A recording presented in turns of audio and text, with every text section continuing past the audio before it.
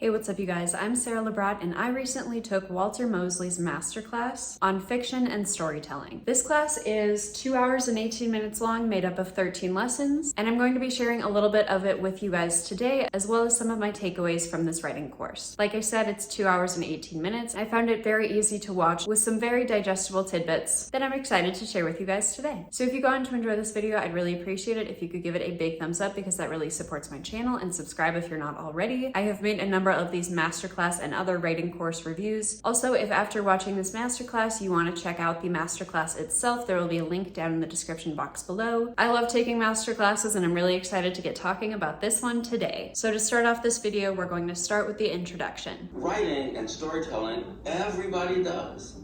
Without the fictive imagination, there is no growth.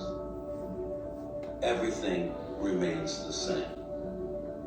When you're an artist, when you're a writer, when you're making up different ways of seeing the world, understanding the world. We're gonna pause on this screenshot because all of these books are his, and that is just such a dream someday to have like an entire bookshelf of my own bookshelf filled with books that I've put out. I'm also like so obsessed with this set, but we're gonna just breeze past that and just, keep going with the intro. You are actually changing the world, whether they know it or not, whether they read the book or not.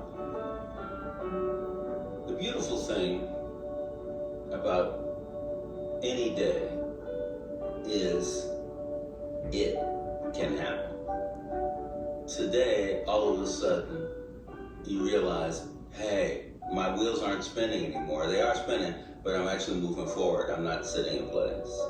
I like the emphasis on everybody tells stories, and he gets much more into that later on, but we're just gonna move right on to the next clip. The novel is creating a whole new mode of transportation, a whole new mode of understanding the world. And I think that over the last 30 years of being a novelist, I've learned how that's worked, and I've made a commitment to it. And I would love to talk to you about that commitment. The hardest thing you're ever going to face in writing a novel is believing in something that has come from seemingly nothing. I hope what you take away from this experience is the confidence that if you do what we've talked about here, the novel will appear. At the beginning of most of these masterclasses, I love how they state what their intention is. It kind of feels like a thesis sentence or something, but I do appreciate that Walter Mosley's hope for this course is to gain the confidence to actually write the book.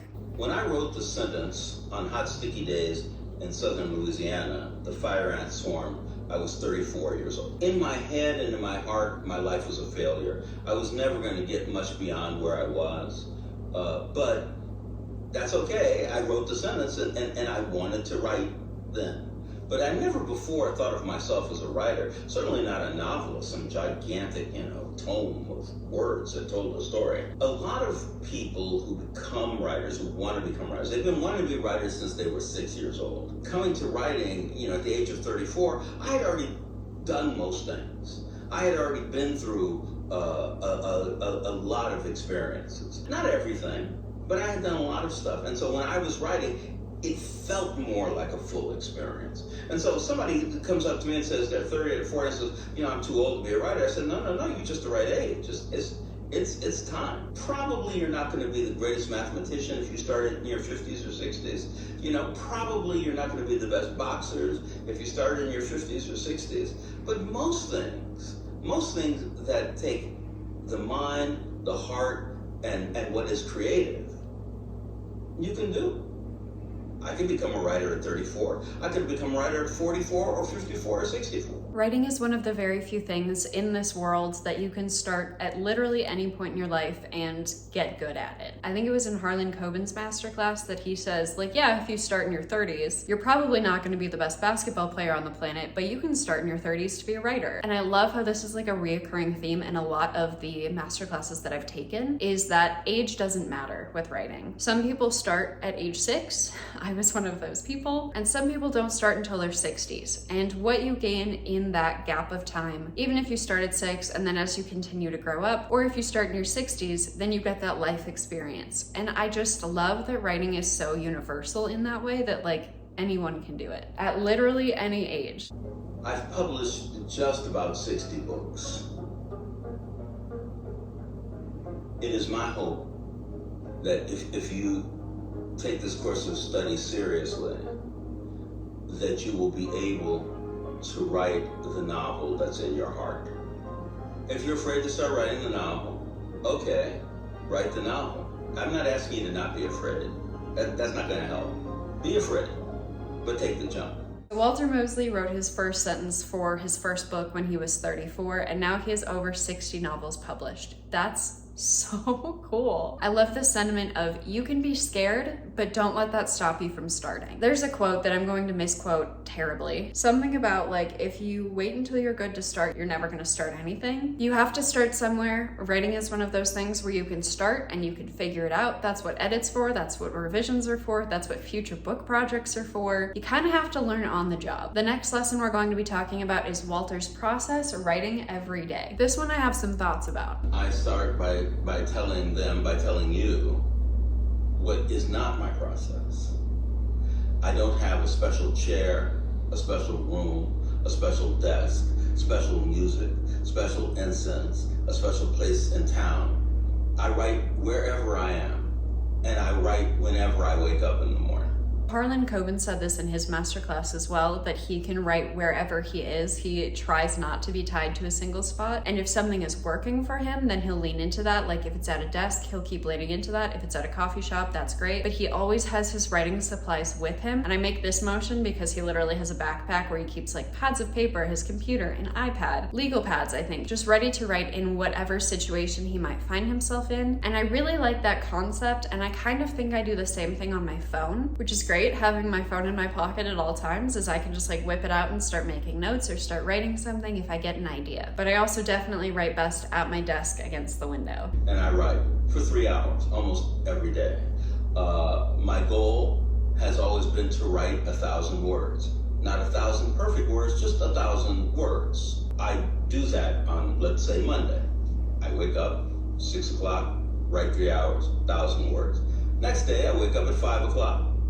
I start writing. The first thing I do is reread that 1,000 words I wrote yesterday. When I tell you that you should write every day, I'm speaking to exactly 99% of people.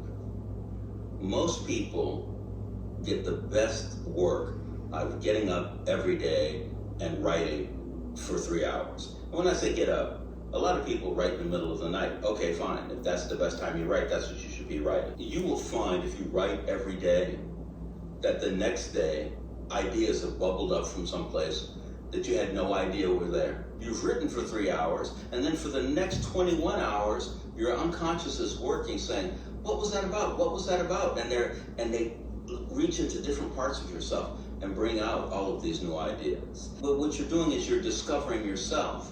You're discovering yourself as the storyteller, as you're writing the novel. And that's the unconscious element of the work. I liked the emphasis on he tries to write 1,000 words a day, tends to take him about 3 hours, but 1,000 words a day does not mean 1,000 perfect words a day. I thought that was something that I needed to like point out. I think 3 hours a day is a very, very long time. I have not written 60 novels though, so clearly that's something. I'm sure I would do a lot more writing if I wrote 3 hours a day. Maybe I should try that in like a writing experiment video or something. But I do like the concept of in writing every single day, your brain then has the time between your last writing session and your next writing session to keep working away on whatever you were writing. I kind of do this in like a mini version with like using writing sprints and productive breaks where I like write for 30 to 45 minutes and then I get up and I do my dishes or something where my hands are moving, but like I'm not doing anything that uses my brain. So then my brain can still be picking away at whatever I was writing so that when I return from washing the dishes, for example, back to my desk to begin another writing sprint, my brain's everything's ready to go, I've already figured out what I want to write next. I do find that showing up consecutively across days does make it feel like I can get into my writing a lot quicker, but the 3 hours a day for people that are in school and or have jobs and families that they need to take care of is a lot of time. But I do like the idea of showing up to some extent as close to every day as you possibly can. I do believe it was in Brandon Sanderson's creative writing class where he says that the average writer can write between 300 and 700 words an hour, so average is 500. But if you can kind of figure out how many words you can write in an hour, then you can like figure out from your word count goal, if you have a word count goal, how many hours or minutes it will roughly take you to hit that so that you can build it into your schedule. If you stick to my schedule of writing for 2 to 3 hours every day, you will have a completed novel in a year's time. If you've gotten up in the morning and you're sitting down in front of a piece of paper, in front of a screen, you start writing, and nothing comes, and nothing comes, and nothing comes, the answer is to push through that. The best way to push through that, the most satisfying ways, is to start writing words. And really, any words. Just start saying, I hate monkeys. I like the zoo. I hate pizza, but I love, Italy. Whatever you're going to start saying. And don't ever be upset with yourself as long as you took the 3 hours to write. This concept kind of reminds me of morning pages, I believe they're called, where like you get up and the first thing that you do with your day is you handwrite like 3 pages of just like continuous thought, just to kind of like clear your head for the day. It could start generating ideas for your day. It also reminds me of when I used to start all of my writing sessions with doing a writing prompt first, just to like get the creative juices starting to flow, just so that I could start on something short and then move into my larger, much larger novel projects. But the point is, keep showing up for your work, sit there, be patient with it, because eventually the words will come. It's very true in the modern world in education.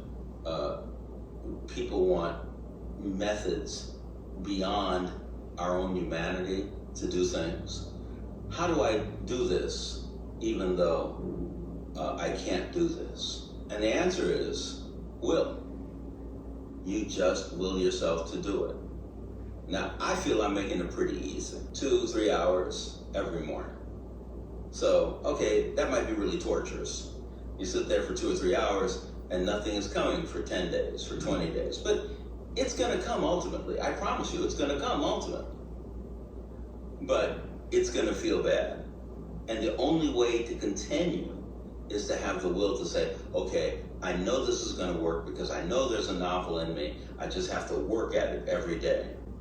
Enough days of maybe writing gibberish will slowly turn into something, and you'll be amazed. I know that there are so many quotes on willpower versus inspiration that of course I'm blanking on right now, but the fact of the matter is inspiration is amazing to like strike while the iron's hot. Like if you're feeling really inspired about something, yes, you should absolutely lean into that, but that inspiration is going to fade. And if you want to accomplish something like finishing a book, you have to keep showing up even when you don't necessarily want to. I feel like I have a quote on my writing board. No, I don't. Okay, there's a quote that again, I think I'm going to butcher. I'm gonna look it up because I don't want to mess this up. Louis L'Amour says, start writing no matter what, the water does not flow until the faucet is turned on. You have to start writing in order to then write something good. So lean into the willpower and the dedication to your project rather than the random moments of inspiration you might be getting, which are great, and also lean into those, but those by themselves will not get you across the finish line. It will hurt sometime. It will feel like you're not getting anywhere. It will feel like you're failing. But that's okay. Such a large part of art is failure that it's just another day. A large part of art is failure. I love that sentiment. And I love especially that it means that if you keep showing up, eventually something you will write will be successful, or something that you create will be successful. You can also learn a lot more from your mistakes than you can from your wins in most circumstances. Such a large part of art is failure and learning, and it can only make you better. Many people, maybe you, are frightened by the blank page. How do I start? The reason you do this is because you've read some great novel, The Idiot by Dostoevsky, Dead Souls by Gogol, and it starts so beautifully. And here you are at the blank page, and there's no beauty, there's no sentence, there's no structure like you've read in these great novels. Of course, the mistake you're making is these great novels were draft after draft after draft, written by novelists who had written for so long that they knew all kinds of things about writing before they sat down to this blank page. Their first draft didn't sound like that. Their first draft didn't work like that. And that's what's great. The blank page invites anybody. Come to me, start writing. Say whatever you want. Doesn't matter. Start writing. And then you just start writing. You don't like it, that sentence doesn't work well, but you just keep writing and writing and writing. You get to your 1,000 words, you leave it alone, and the next day you get up and you look at it again, you say, okay, here's what I really wanted to say. Maybe. And so you start again. This is a second blank page, but it's still a blank page.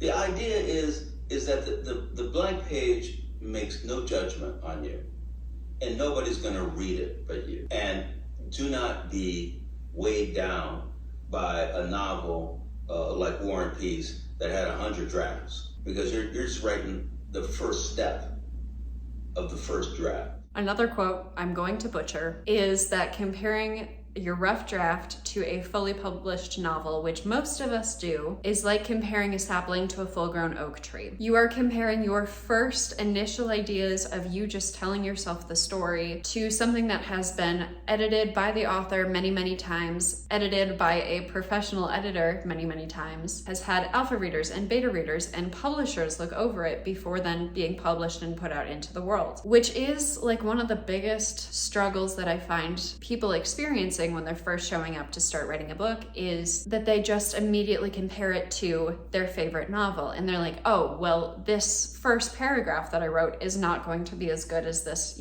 published novel. It's like, well, of course it's not going to be, because you just wrote this and this other thing has been edited and revised and looked at by other people and gotten feedback. And so I love the idea of trying to show up to the blank page, knowing that the blank page does not judge. Nobody's going to have to read it. You are going to revise it as many times as is needed before it then is shown and can be read by somebody else. I do have a quote relevant to this on my writing motivation board, and it's a quote by Shannon Hale. It's up here. You guys probably cannot see that, but it says, "I'm writing a first draft and reminding myself that I'm simply shoveling sand into a box so that later I can build castles." You have to start somewhere in order to then get to that manuscript that is publishable. The concept of rewriting is worth spending some time on. I don't even think about writing. There's pre-writing and there's rewriting. The pre-writing is the first draft of your novel. The rewriting is going over that novel and saying, okay, this is working. I'm saying all these amazing things that I didn't really know were there. I'm wasting a lot of time saying this other stuff. And you're restructuring. I like how he refers to the first draft of a novel as pre-writing, and then any revision and edit after that is rewriting. I mean, it's called a rough draft for a reason, but I know some people that call the first draft or the rough draft a zero draft, where it's literally them telling themselves the story on paper, and then the editing is when they're trying to change them telling themselves the story into something that somebody could actually read and get the full picture. I'm not going to be touching on lessons 3 or 4, which is developing fictional characters and story versus plot. But there is something that I want to touch on in lesson number 5, which is narrative voice, point of view, and dialogue. The idea is you're explaining a character while that character is explaining his world. So you're doing two things with the dialogue. You're telling us all this stuff about him and who he is, and about the world that he lives in and that he believes he lives in. That is some of the best writing advice I've received, is to view how the character looks at the world as a way of both telling something about the character themselves and about the world that they're living in. So dialogue and perspective can all be used to accomplish both of those things, but dialogue and basically like how the character thinks about the world are some of the best ways to actually personify a character and give their perspective on the world. I'm gonna skip over a couple more lessons, but that doesn't mean that I don't think that they are lacking really good information. It's just, I obviously can't share everything in a YouTube video because that would completely violate MasterClass. So again, if you wanna watch Walter Mosley's MasterClass in its entirety, I'm going to leave a link down in the description box below. I'm going to be skipping over descriptive and vivid language and using poetry to understand language, but I did really enjoy these two lessons. Lesson 8 was really interesting. It was on fiction, race, and representation. The chapter recap says, literature is a reflection of society. If you don't exist in literature, you don't exist in history. I thought him talking about representation was very cool to hear, and I know that representation has been getting a lot better in books. I know that there is still a long way to go. So basically, if there's something about you that you are not seeing in books, make sure that you're writing them into your stories so that others can see themselves represented in fiction and literature in general. All right, next we're going to be talking about lesson number 9, which is genre and rules in quotation marks of fiction. Lots of people come up to me and say, well, in order to write, you have to read, don't you? I was once being interviewed on a radio station, and the guy said, in order to be a writer, you have to be a big reader, right? And I went, no, you don't. And he was so upset, we couldn't even continue with the interview because I had, this was obvious. He wasn't a writer, but he knew what I needed to know to be a writer. And you can tell this because if you go on the street corner, some people are hanging out. Some of them tell great stories. I mean, and the people who can tell jokes, and jokes are tiny little novels.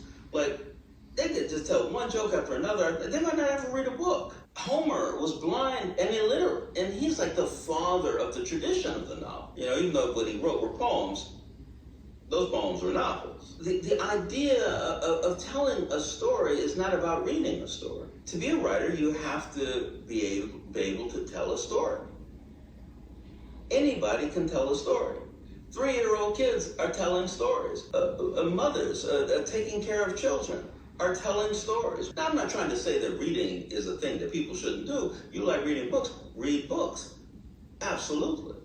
But don't mistake the fact that you're reading books with the issue of you becoming a good writer. Reading and writing are two different things. I love the distinction that Walter Mosley makes about you don't have to read to be a writer, but you have to be able to tell stories and or consuming different kinds of stories. There are plenty of other ways to learn story structure and format other than just reading. One of the great failings of literature in the university since, let's say, 1960 has been all of these programs about writing programs. Iowa starts it, but it goes everywhere. And you spend thousands, tens of thousands, hundreds of thousands of dollars, in folks learning how to be a writer. And the university has these notions, these kind of cockeyed notions that they understand what great writing is. So we understand great writing. We have the libraries, we have the professors. This professor, studied Jules Verne. This professor, whatever it was.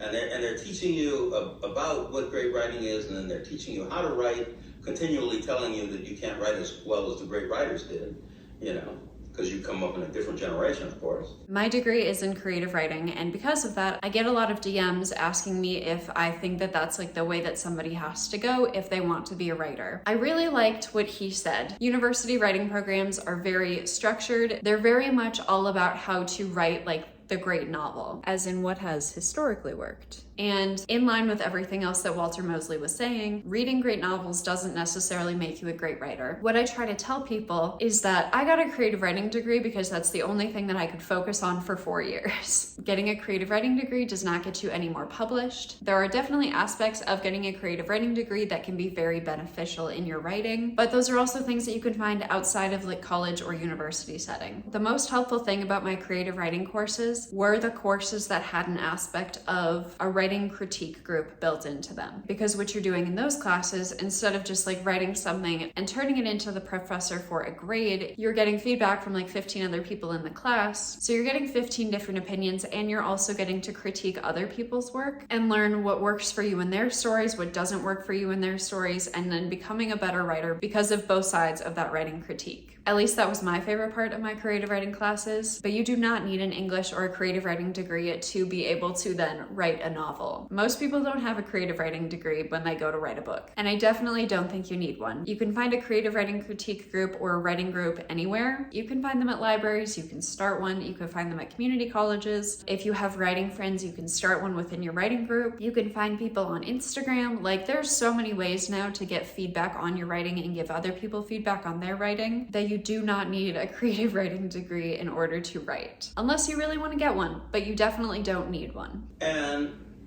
they never seem to understand that all great writing in prose, in fiction, that includes some poetry, has been popular writing in its day.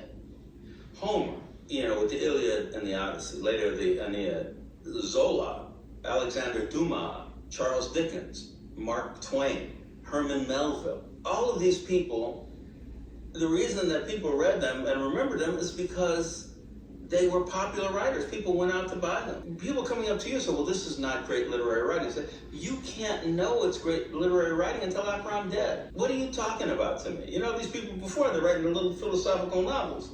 Nobody's reading them today, but in 100 years, they're going to be considered the greatest novelist of all time. You have to understand that popularity is a very important part of literature, and the popularity is the story, and it has to be a story that speaks to us, that helps us understand our world and ourselves. And if it lasts, it's great literature.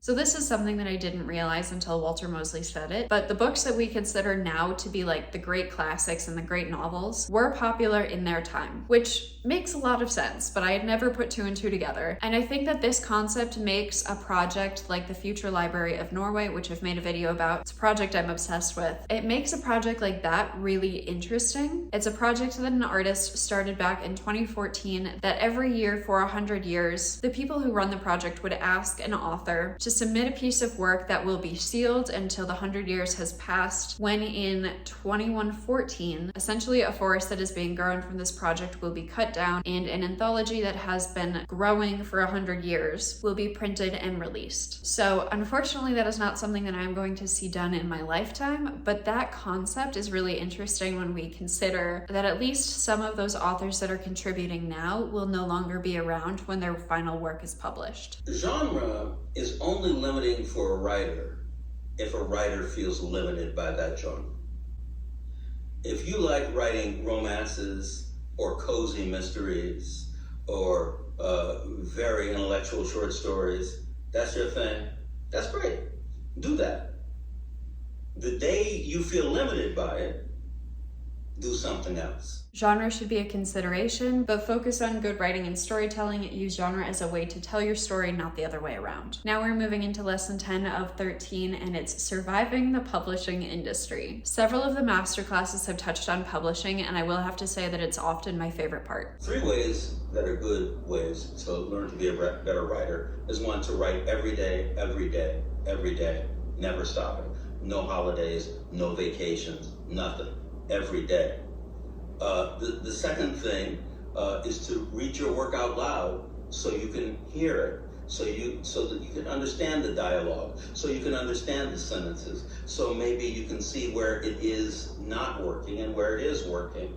And of course, the other thing is that social part of it. Maybe to be in a workshop, maybe just to have some person that you share back and forth with, some way to work with others to actually hear somebody reading your work. Again, writing workshops, they're amazing. I'm currently in a writing group where we meet every Monday night to write together. I have gotten feedback from my writing group ladies on stuff that I'm stuck with. I've given feedback to other people. They've helped me name some of my characters. Like, it has been a very productive and very encouraging environment to be in, that if you are not in a writing group or a writing workshop, I highly recommend trying to find one in your area, because it is one of the best ways to consistently make sure that you're showing up for your writing. It's great peer pressure, and it's a great way to get feedback on your work. It's like the boxing. You're gonna get hit. If you don't want to get hit, you shouldn't be sending it out, because most people are gonna reject it. Sometimes you learn something from the rejections. They give you some information which is helpful, which is useful. Sometimes you don't. Sometimes you're very lucky. People want to publish a novel, just like that. It does happen. You should keep sending things out. You should keep doing it, and you should keep the faith in that this may be years. I won't lie to you, it might take a long time. Some people never get published, but that's the minority. Most people, sooner or later, do get published. And you will then build a career from there. I think that little piece of encouragement is so nice. People that don't get published is the minority. If you keep showing up and you keep sending out your work, you will likely eventually get published. If you're choosing to go traditional, all it takes is one agent that believes in your story. You can send it out to dozens, and all you need is one yes. But if you keep showing up for your writing and you keep sending out your writing, it is more likely than not that eventually you will get published. And then I love what he says, and then you can build a career from there. Fingers crossed. That's what we're excited for. I'm going to be skipping over lesson 11, which is discovering yourself through writing, but I will be touching on a little bit of that in a different video. So we are now on lesson 12, which is living a creative life. My father and I, had such a wonderful relationship, and he was so worried that my life was going to fall apart, because he had such a hard upbringing, and so he wanted me to be successful. When I told him I wanted to be a writer, my father said, "Walter, you'll never be a writer. Don't even think about that. You should go into prisons. That's a growing business. You should work in prisons." And I said, "Okay, Dad, but I'm gonna write." And when he said, "No, you'll never be a writer," and then I wrote my book, and I called him. I said, "Dad, I got the book published, and not only did they want one book, they wanted two books, and they paid me enough that I can live on it." And he said, "I always knew that would happen." And I said, "Dad, you told me that it would never happen." He said, "I know I told you that, but I always knew it was going to happen." And it was like, okay, Dad. People in the modern world are given advice by people from the past. And you have to understand this. Before the 20th century, knowledge doubled every 100 years. All the way back. The number of things people knew kind of doubled in 100 years. So when a father gave a son advice and the son said, "You're a fool, I'm going to go do it my way," the son always came back and said, "Dad, you were always right," because nothing had changed. His father was right. His father understood the world. Today, when your mother, your father, your significant other, whoever it is in the world are telling you, you don't understand, and you can look back at them and say, "Listen, you don't understand. Knowledge today doubles every 10 months. But if you think something 5 years ago, it's obsolete by today." So when somebody says you'll never make it, they don't know. I mean, it's very well, it's possible you won't make it, but they don't know that you won't make it because they don't know what world it's going to be in 5 years. No one does. This is a crazy concept that knowledge used to double every 100 years and now knowledge doubles every 10 months. That's crazy. But it's also really encouraging that you could be working on a book or writing something and the marketplace is going to be completely different in 10 months. So if it doesn't fit the marketplace right now, it might fit the market in next year or whatever. But I also like that note on not listening to the people around you that are giving you basically outdated advice. If you want to write, we don't know what the world's going to look like in 5 years. It is okay to create just for yourself. As a matter of fact, you will never be better at creating if you do it just for yourself. But the truth is, in the end, you have to be doing the work and you have to love the work. Create for yourself. You're never going to create something better than creating for yourself. Failure is the heart of all art. We fail 10,000 times more than we succeed. We fail again and again and again. One of the great things about starting writing for me at the age of 34 was that I was already a failure in life. I hadn't gotten a PhD in political theory. I hadn't taught at Harvard. I hadn't, made $1 million a year. I was just a regular, working class person like most people are in America. I was a failure. And in being a failure, I didn't have to face the hubris of being a writer. Because in failing, you can find out the right way of doing things. All those really talented people in their 20s who quit writing, they never failed until they once did, and then they gave up. And that's the thing that you have to do. You write and it doesn't work, and you write and it doesn't work, and you write and it doesn't work, and you write and it doesn't work. It's okay. You will always fail. But inside of doing that, you will advance and advance and advance and advance. That takes heart. I'm going to keep on. I'm going to keep pushing until I make it. Keep showing up, even if that means that you keep failing, because you are going to advance and learn from those failures. And as long as you're creating for yourself, you're not wasting your time. I want to know what your guys' biggest takeaway from this video is. Let me know down in the comments below. If you want to watch the rest of this masterclass, again, there's a link to this masterclass down in the description box. I really enjoyed this class. I think that it was very positive. It was very much like a good pep talk. And after finishing it, it very much made me want to work on my novel. Thank you guys so much for watching this video. Like and subscribe if you have not already, and I will see you guys in the next video. Bye.